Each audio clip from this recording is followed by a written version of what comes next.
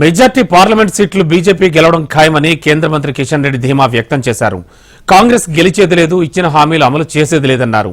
BRS కు vote వేయాల్సిన అవసరం లేదన్నారు. యూపీఏ హయాంలో 12 లక్షల కోట్లు దోపిడీ చేశారని ఆరోపించారు. మన్మోహన్ సింగ్ ప్రభుత్వంలో మంత్రులు జైల్లో ఉన్నారని కిషన్ రెడ్డి అన్నారు. ఆదిలాబాద్ జిల్లా నుండి వివిధ పార్టీలకు చెందిన నేతలు బీజేపీలో చేరారు.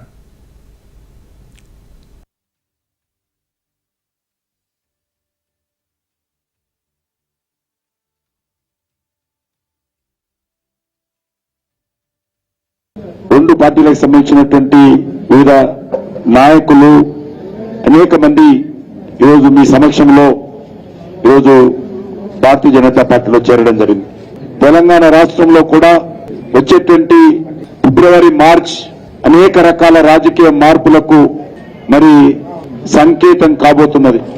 ఈ ఎన్నికల్లో ఏదైతే రానున్నటువంటి పార్లమెంట్ ఎన్నికల్లో ఒక నూతన చరిత్ర భారతీయ జనతా పార్టీ దేశంలో లిఖించబోతా ఉంది.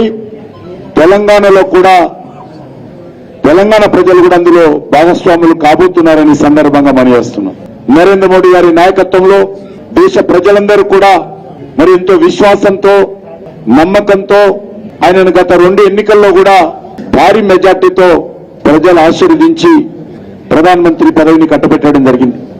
ప్రజల విశ్వాసాన్ని, ప్రజల ఆయన మీద ఇచ్చినటువంటి నమ్మకాన్ని పూర్తిగా మరి గౌరవంగా ఒక నీతివంతమైనటువంటి పరిపాలన, ఒక అవినీతి రహితమైనటువంటి పరిపాలన, ఒక సమర్థవంతమైనటువంటి పరిపాలన, ఒక స్థిరమైనటువంటి పరిపాలన, ఒక ధర్మమైనటువంటి పరిపాలన, ఒక దేశ గౌరవాన్ని పెంచేటువంటి పరిపాలన నరేంద్ర మోడీ గారు చేయడం జరిగింది.